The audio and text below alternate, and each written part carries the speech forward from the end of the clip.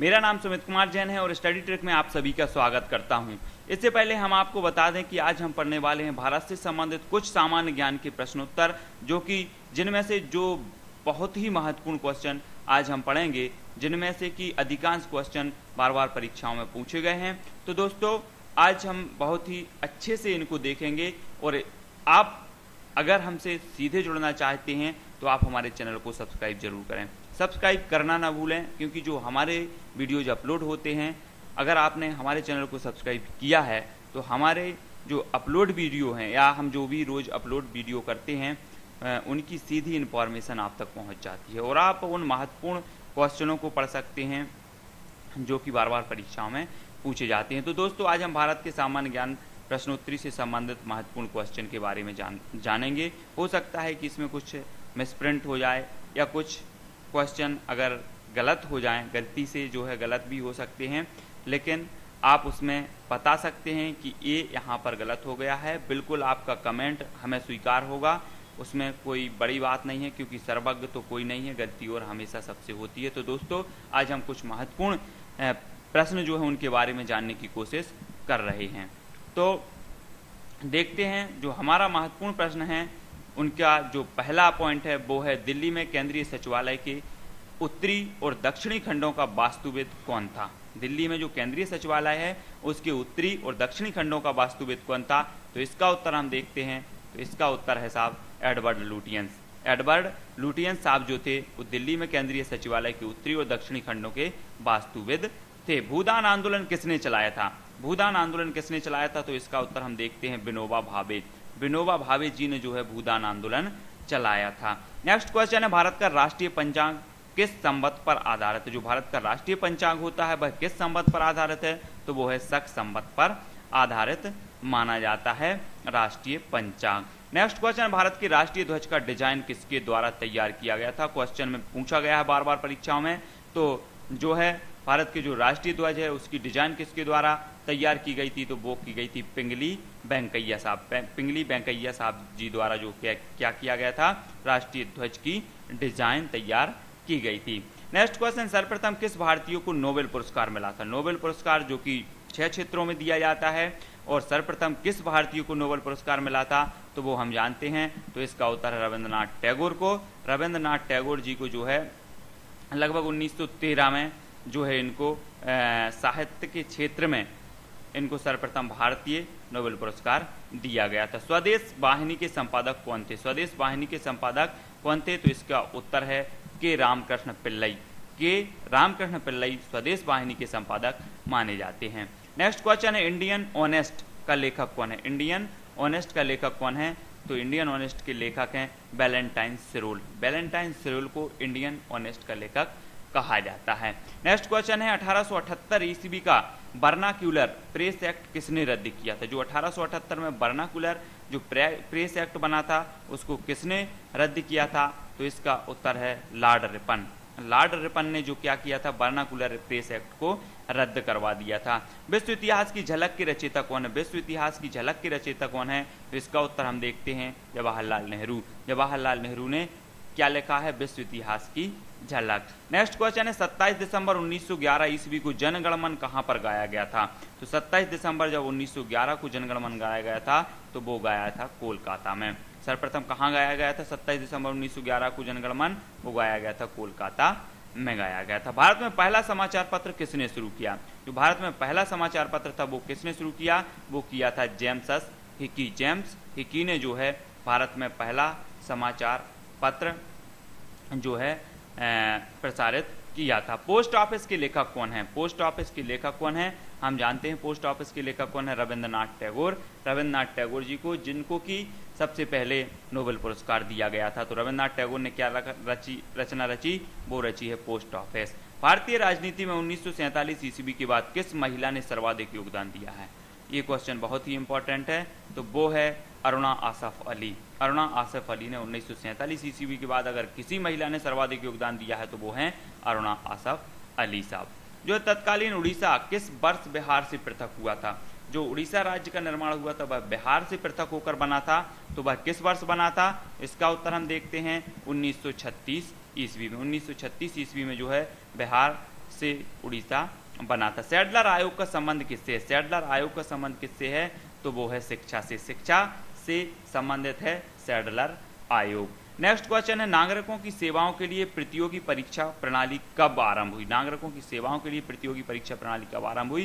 तो इसका उत्तर जानते हैं 1853 ईस्वी में। 1853 ईस्वी में प्रतियोगी परीक्षा प्रणाली आरंभ हुई थी। नेक्स्ट क्वेश्चन, भारत में सर्वप्रथम किसके अंतर्गत सर्वोच्च न्यायालय की स्थापना हुई? भारत में सर्वप्रथम किसके अंतर्गत जो है सर्वोच्च न्यायालय की स्थापना हुई थी? तो वो हुई थी रेगुलेटिंग एक्ट 1773 के अंतर्गत जो है सर्वोच्च न्यायालय की स्थापना की गई थी। भारत में सर्वप्रथम किस स्थान पर सर्वोच्च न्यायालय की स्थापना की गई थी? सर्वोच्च न्यायालय की जो है सर्वप्रथम कब रचना हुई, कहाँ पर रचना हुई थी? तो स्थापना हुई थी वो हुई थी कलकत्ता में। और भारत में अभी लगभग 24 उच्च जो है न्यायालय हैं। कहाँ पर? भारत में। बनारस हिंदू विश्वविद्यालय के संस्थापक कौन थे? बनारस हिंदू विश्वविद्यालय के संपादक कौन थे?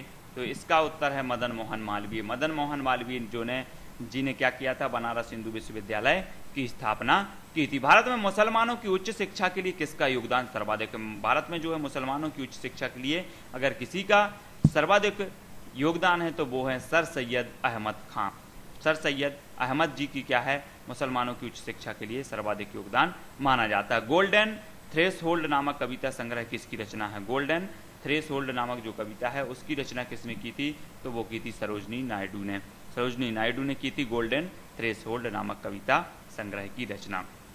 नेक्स्ट क्वेश्चन, मॉन्टेग्यू चेम्सफोर्ड की रिपोर्ट किसका आधार है? मॉन्टेग्यू चेम्सफोर्ड की रिपोर्ट किसका आधार है? तो इसका उत्तर हम देखते हैं। इसका उत्तर है भारत सरकार अधिनियम। भारत सरकार अधिनियम 1919। भारत सरकार अधिनियम 1919 मॉन्टेग्यू चेम्सफोर्ड की रिपोर्ट किसका आधार है? वो है भारत सरकार अधिनियम 1919। कांग्रेस नेताओं में कौन सा नेता कैबिनेट मिशन योजना के पक्ष में पूर्ण रूप से था? तो वो था साहब सरदार पटेल। सरदार पटेल जो है कांग्रेस नेताओं में से एक थे और कांग्रेस नेताओं में से सरदार पटेल एक ऐसे नेता थे जो कैबिनेट मिशन योजना के पक्ष में पूर्ण रूप से थे। भारत में ब्रिटेन के सभी नियमों में सबसे कम समय कौन सा नियम चला? तो उनमें से एक नियम था 1909 का इंडियन कौंसिल एक्ट। 1909 में बना था इंडियन कौंसिल एक्ट, जिसका कि सबसे कम समय तक यह नियम चल पाया था। सोम प्रकाश नामक समाचार पत्र किसने आरंभ किया? सोम प्रकाश नामक जो समाचार पत्र था वह किसने आरंभ किया? तो वो किया था ईश्वर चंद्र विद्यासागर। ईश्वर चंद्र विद्यासागर ने सोम प्रकाश नामक समाचार पत्र प्रकाशित किया था। नेक्स्ट क्वेश्चन देखें, आर महिला सभा किसने की थी? तो इसका उत्तर हम देखते हैं, आर महिला सभा जो की थी पंडित रमाबाई ने की थी आर महिला सभा। Next question, women's India association की स्थापना कब व किसने की? वीमेंस इंडिया एसोसिएशन की स्थापना कब और किसने की थी? तो वो की थी 1917 ईस्वी में सदाशिव अय्यर ने। किसने की थी? 1917 में सदाशिव अय्यर ने। नेक्स्ट क्वेश्चन, सर्वप्रथम प्रेस सेंसरशिप लागू किसने की? सर्वप्रथम प्रेस सेंसरशिप लागू किसने की थी?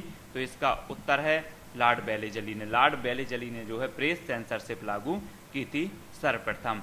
नेक्स्ट क्वेश्चन है, किस एक्ट के अंतर्गत भारत के गवर्नर जनरल को अध्यादेश जारी करने की शक्ति प्रदान की गई?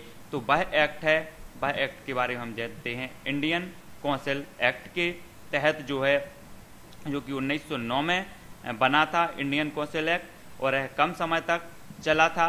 तो इस एक्ट के तहत जो है भारत के गवर्नर जनरल को अध्यादेश जारी करने की शक्ति प्रदान की गई थी। कांग्रेस का विभाजन गरम दल और नरम दल में कब हुआ? गरम दल और नरम दल में जब कांग्रेस का विभाजन हुआ तो वो था 1907। 1907 में क्या हो गया था? कांग्रेस का विभाजन हुआ और गरम दल व नरम दल में इसका विभाजन हो गया था। नेक्स्ट क्वेश्चन है, आज़ाद हिंद फौज की स्थापना किसने की? आज़ाद हिंद फौज की स्थापना अगर किसने की है तो इसका उत्तर है रास बिहारी बोस। रास बिहारी बोस ने आज़ाद हिंद फौज की स्थापना की है। बार बार परीक्षा में पूछा गया है ये क्वेश्चन। भारत का विभाजन जब हुआ तो वायसराय कौन था? ये भी क्वेश्चन बहुत ही इंपॉर्टेंट है। तो इसका उत्तर है लॉर्ड माउंटबेटन। जब भारत का विभाजन हुआ था तो वायसराय कौन थे? लॉर्ड माउंटबेटन थे। कांग्रेस ने पूर्ण स्वराज की मांग कब की?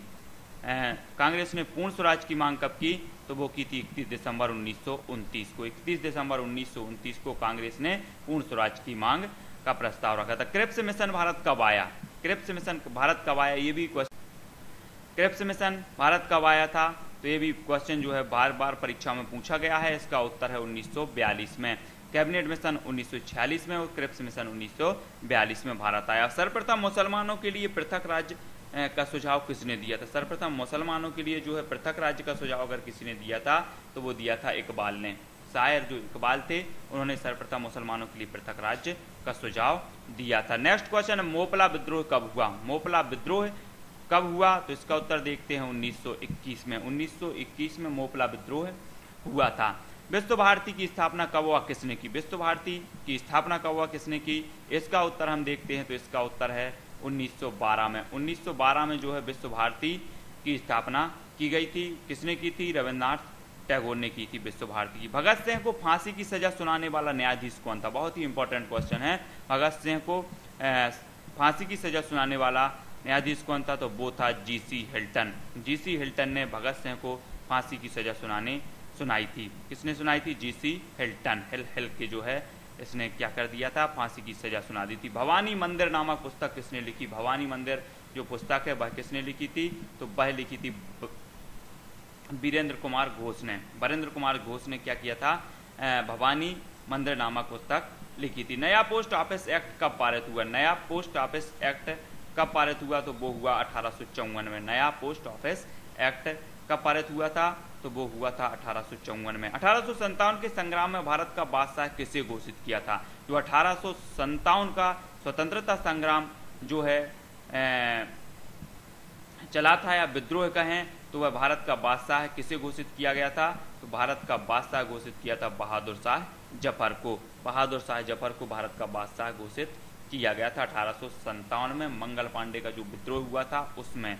नेक्स्ट क्वेश्चन है, लौह पुरुष किस महापुरुष को कहा जाता है? तो लौह पुरुष कहा जाता है साहब सरदार वल्लभ भाई पटेल को लौह पुरुष की उपाधि से नवाजा गया, अर्थात इन्हें लौह पुरुष कहा जाता है। बहुत ही मतलब इन्होंने बहुत ही जरूरी और महत्वपूर्ण काम किए हैं हमारे लिए, तो इन्हें लौह पुरुष हम कहते हैं और लौह पुरुष की इन्हें उपाधि भी दी गई। नेताजी किस महापुरुष को कहा जाता है? नेताजी की उपाधि अगर किसी को दी गई थी तो वो दी गई थी सुभाष चंद्र बोस जी को नेताजी कहा था, और सर्वप्रथम इन्हें महात्मा गांधी ने जो है नेताजी कहा था। लाल बहादुर शास्त्री का समाधि स्थल कहाँ है? लाल बहादुर शास्त्री का अगर समाधि स्थल हमें जानना चाहते हैं तो इसका उत्तर है विजय घाट। लाल बहादुर शास्त्री का जो समाधि स्थल है वो है विजय घाट।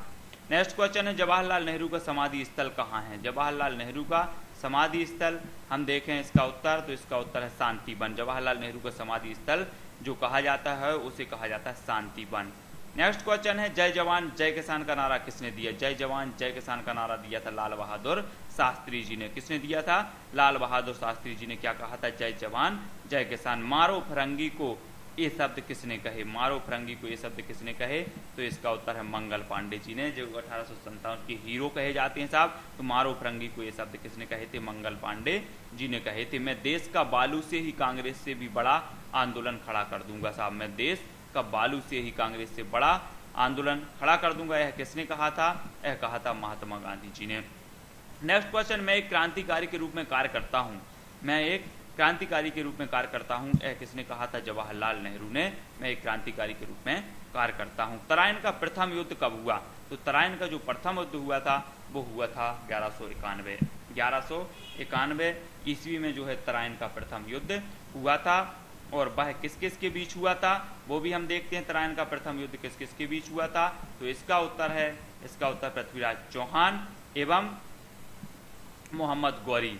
पृथ्वीराज चौहान एवं मोहम्मद गौरी के बीच जो है तराइन का प्रथम युद्ध हुआ था। Next question, Sharda act. Sharda act विवाह के लिए लड़की की आयु 18 वर्ष तथा लड़के की आयु 21 वर्ष। जो भी क्वेश्चन पूछा गया है कि शारदा एक्ट किससे संबंधित है, तो वो है विवाह के लिए जो है लड़की की आयु 18 वर्ष मानी गई और लड़के की जो आयु है वो है 21 वर्ष मानी जाती है। और इससे जो है कम उम्र वाले क्या आते हैं? अपराध की श्रेणी में माने जाते हैं।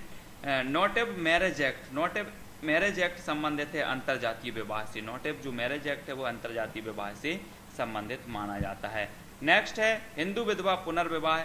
विधवा विवाह की अनुमति जो है इसमें मिल गई थी। कौन से एक्ट में? हिंदू विधवा पुनर्विवाह जो एक्ट था इसमें विधवा विवाह की भी अनुमति प्राप्त होती है, विधवा विवाह से संबंधित माना जाता है। नेक्स्ट क्वेश्चन, भारत का प्रथम स्वाधीनता संग्राम कब हुआ? भारत का जो प्रथम स्वाधीनता संग्राम हुआ था वो हुआ था 1857 में, जिसके कि हीरो थे मंगल पांडे जी। भारत का प्रथम स्वाधीनता संग्राम हुआ था 1857 में। वेदांत कॉलेज की स्थापना किसने की? इसका उत्तर हम जानते हैं, वेदांत कॉलेज की स्थापना की थी राजा राम मोहन राय ने। क्या की थी? वेदांत कॉलेज की स्थापना की थी। नेक्स्ट क्वेश्चन देखें, तत्वबोधिनी सभा की स्थापना किसने की? तत्वबोधिनी सभा की स्थापना किसने की थी? तो तत्वबोधिनी सभा की स्थापना का उत्तर हम देखते हैं कि तत्वबोधिनी सभा की स्थापना की थी देवेंद्रनाथ टैगोर ने। किसने की थी? देवेंद्रनाथ टैगोर ने। बार बार क्वेश्चन पूछा गया तत्वबोधिनी सभा की स्थापना किसने की, तो वो की थी देवेंद्रनाथ टैगोर। प्रसिद्ध पुस्तकें और पत्र पत्रिकाएं एवं धार्मिक ग्रंथ के बारे में अगर हम देखें तो महाभारत की रचयिता कौन है? महाभारत की रचयिता है साहब वेद व्यास जी। महर्षि वेद व्यास जी महाभारत की रचयिता माने जाते हैं। और नेक्स्ट जो क्वेश्चन है कि अर्थशास्त्र की रचयिता कौन है, या अर्थशास्त्र नामक पुस्तक किसने लिखी है, तो इसका उत्तर हम जानेंगे चाणक्य। चाणक्य जिसे कि कौटिल्य के नाम से भी जाना जाता है और बार बार परीक्षा में पूछा जाता है। तो अर्थशास्त्र के जो लेखक हैं वो हैं चाणक्य या कौटिल्य। तो दोस्तों हमने बहुत ही महत्वपूर्ण क्वेश्चनों के बारे में पढ़ा। आपको कैसा लगा ये हमें ज़रूर बताएं। अगर आपको यह वीडियो आपको अगर पसंद आई तो लाइक करें और शेयर जरूर करें, और कमेंट में आप हमें बता सकते हैं कि आपको यह वीडियो कैसा लगा और आगे हम और क्या प्रयास कर सकते हैं, उसके लिए भी आप हमें सुझाव दे सकते हैं। तो दोस्तों आपने हमारे चैनल को सब्सक्राइब कर लिया होगा और जिन्होंने अभी तक सब्सक्राइब नहीं किया है वो सब्सक्राइब कर लें।